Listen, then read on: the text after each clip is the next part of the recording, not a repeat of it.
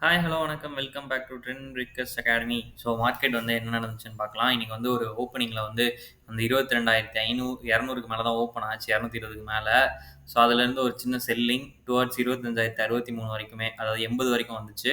அதுக்கடுத்து பார்த்தீங்கன்னா, ஒரு நல்ல அப்சைடு திரும்ப வந்து 25,220 வரைக்கும் போயிட்டு, இப்போ க்ளோசிங் வந்து பார்த்தீங்கன்னா, 25,184ல இருக்கு. ஸோ நாளைக்கு வந்து என்ன பொறுத்தவரைக்கும் ஒரு flat opening on negative side கிடைக்க சான்சஸ் இருக்கு. ஸோ அப்படி பார்க்கும்போது ஒரு 30 பாயிண்ட் நெகட்டிவ் ஓப்பன் ஆனாலே வந்து 25,150ல தான் ஓப்பன் ஆகும். ஸோ அப்படி ஓப்பன் ஆகி 2 பக்கமுமே மூவ்மெண்ட் குடுக்குறதுக்கு நெறைய சான்சஸ் இருக்கு. ஸோ மேபி வந்து நெகட்டிவ் சைடு கூட மூவ் ஆகுறதுக்கு நெறைய சான்சஸ் இருக்கு. இப்போதைக்கு இருக்கிற சிச்சுவேஷன் படி பார்க்கும்போது. ஏன்னா ஐடி வந்து அ கீப் ஆன் வந்து இந்த செல்லிங் பிரஷர்லயே தான் இருக்கு. அதேமாரி எஃப்எம்சிஜியுமே இன்னைக்கு வந்து நல்லா செல் ஆயிருக்கு. இன்னைக்கு ஆட்டோ செக்டார் வந்து ஓப்பனிங் நல்ல ஓப்பனிங்கு. நெறைய ஆட்டோ செக்டார்ஸ் வந்து பார்த்தீங்கன்னா, நல்ல ஓப்பனிங் கிடைச்சுச்சு. 5% அந்த மாரிலாம் ஓப்பனிங் ஆனாங்க. ஆனாலும் வந்து கொஞ்சம் செல் ஆகி தான் க்ளோசிங் வச்சிருக்காங்க. ஸோ நாளைக்கிக்கான மொமெண்டம் வந்து பார்த்தீங்கன்னா, பேங்கிங் இன்னைக்கு கொஞ்சம் தாக்கு பிடிச்சனால தான் நிஃப்டி வந்து பெருசா ஃபால் ஆகல.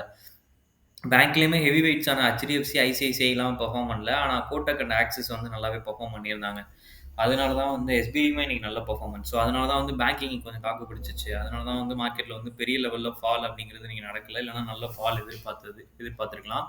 ஸோ நாளைக்கு வந்து 25,150 அப்படிங்கிற இடத்துல தான் ஓப்பன் ஆகும்னு நான் எக்ஸ்பெக்ட் பண்றேன். ஸோ அப்படி ஓப்பன் ஆகும்போது அந்த லெவல் சப்போர்ட் தான். அத பிரேக் பண்ணுச்சுன்னா 25,063, ரெசிஸ்டன்ட் 25,220. ஓகேங்களா? இதுக்குள்ளேயே தான் மூவ் ஆயிட்டு இருக்கு மார்க்கெட் இப்போதைக்கு.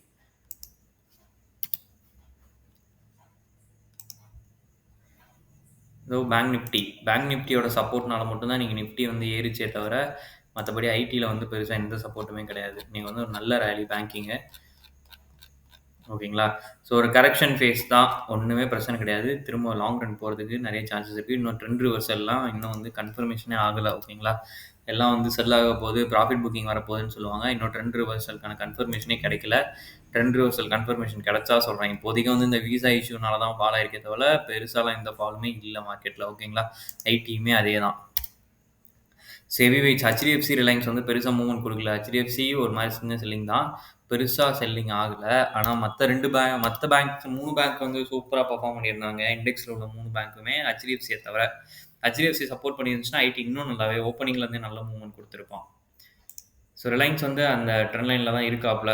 ஓகேங்களா? ட்ரெண்ட் லைன்ல சப்போர்ட் எடுத்து தான் க்ளோசிங் வச்சிருக்காரு. ஸோ என்ன பொறுத்தவரைக்கும் வந்து இதுலருந்து ரெக்கவரி ஆறதுக்கும் சான்சஸ் இருக்கு. இந்த ட்ரெண்ட் லைனுக்கு மேல. ஓகேங்களா? ஸோ பார்க்கலாம் நாளைக்கு என்ன நடக்குதுன்னு சொல்லிட்டு. ஓகே, உங்களுக்கு யூஸ்ஃபுல் கடன் போறவங்க ட்ரெண்ட் பிரேக்கர்ஸ் அகாடமி இதுவரைக்கும் நீங்க சப்ஸ்கிரைப் பண்ணல அப்படின்னா பண்ணிக்கோங்க. தேங்க் யூ ஃபார் வாட்சிங்.